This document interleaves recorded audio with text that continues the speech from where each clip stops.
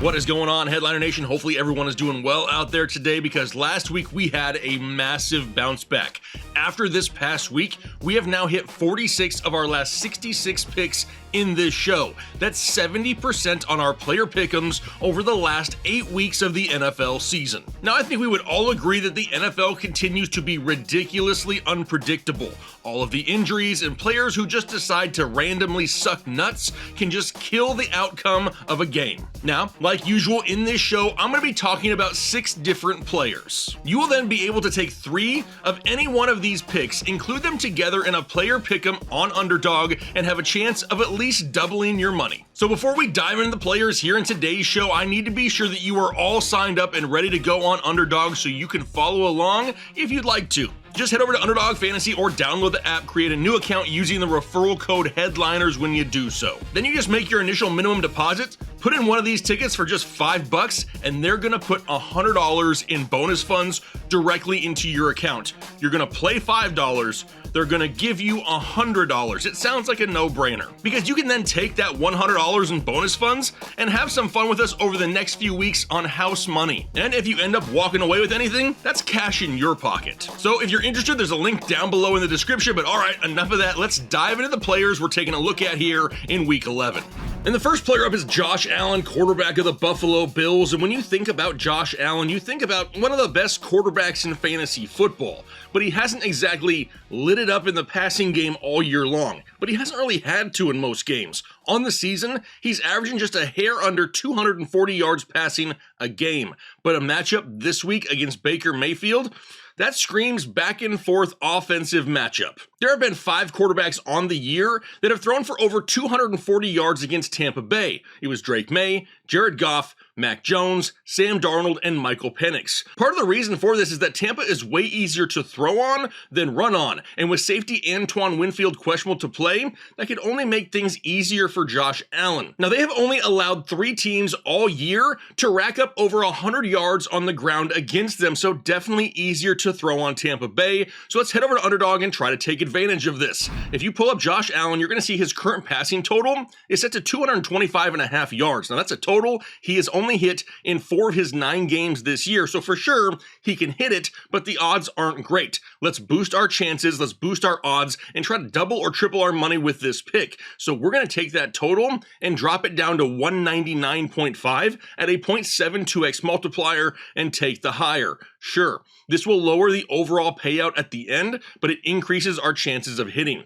By dropping it down to 199.5, it becomes a total he has hit in 6 of his 9 games this year, as well as a total he has easily surpassed in 100% of his head-to-head matchups against Tampa Bay. This is projected to be one of the highest scoring games of the week. Now, he may not have Dalton Kincaid, but he has plenty of other options to throw to for just 200 yards in week 11. Next is another stud. It's JaMarr Chase, wide receiver of the Cincinnati Bengals, and anyone who pays any attention to the NFL knows exactly what JaMarr Chase did to the Steelers the last time they played. It was just a few weeks ago. Chase had 23 targets, 16 receptions, 161 yards, and a touchdown. Now he comes off the bye, he's fully healthy, and gets this Steelers defense again that has allowed the most passing yards in the NFL. But it's not like he's only produced against Pittsburgh. Since Cincinnati brought in Joe Flacco, we haven't seen JaMarr Chase get less than 90 yards in a game. And on top of that, he's also averaging 16 targets and 11 catches a game with Joe Flacco. So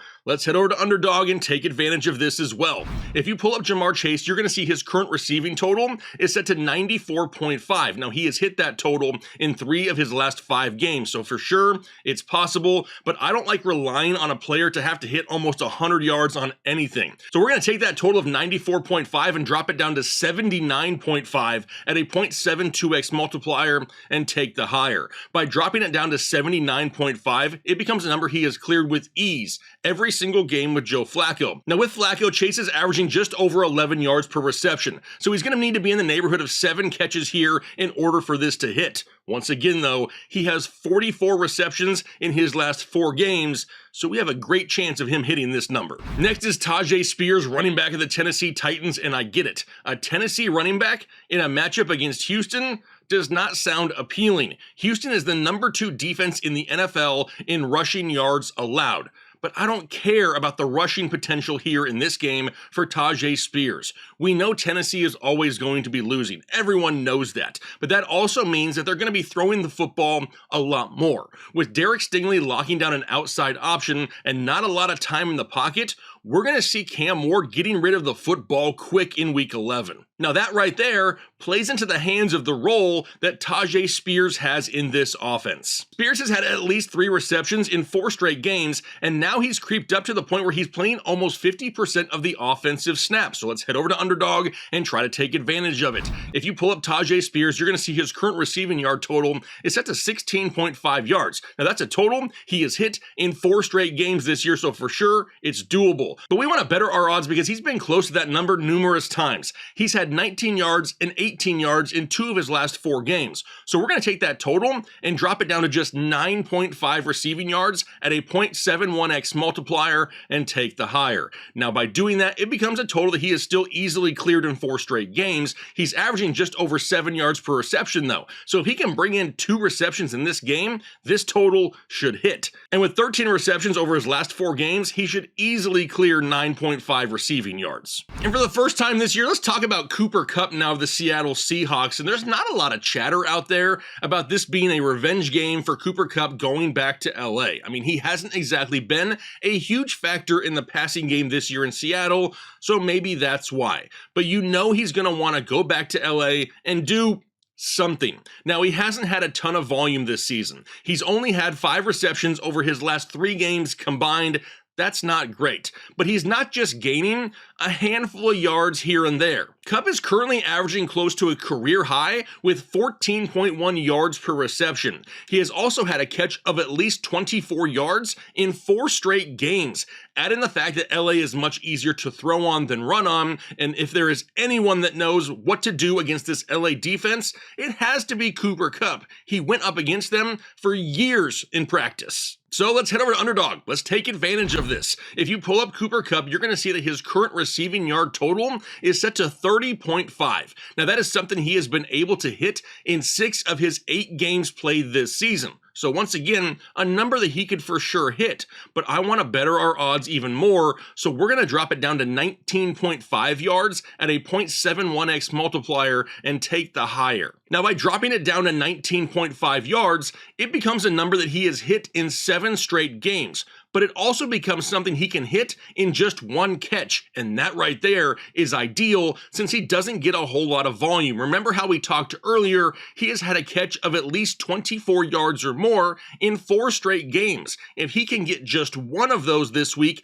this pick cashes. I'm hoping they get him involved early, and this total is something that we don't have to worry about by the time we hit halftime. Let's also look at Justin Jefferson too. Now, Jefferson hasn't exactly been killing it this year. It's clear his ceiling is a lot lower with JJ McCarthy than what we've seen from him in the past, but it's not like he isn't getting chances. He has 64 targets over his last 6 games played. He's just not scoring touchdowns, and he's not racking up big-time yardage. Now he comes into a week with a great matchup against Chicago, a Chicago defense that allows the 4th most passing yards in the NFL. And with the Chicago offense scoring the 7th most points in the league, we should expect Minnesota to be throwing the ball all 4 quarters in this game. So let's take advantage of that. Let's head over to Underdog. And when you do that and you pull up Justin Jefferson, you're going to see that his current target total is set to 7.5 targets. That's a total he has hit in 6 straight games. Now, targets are one of those stats where we can't take alternate lines,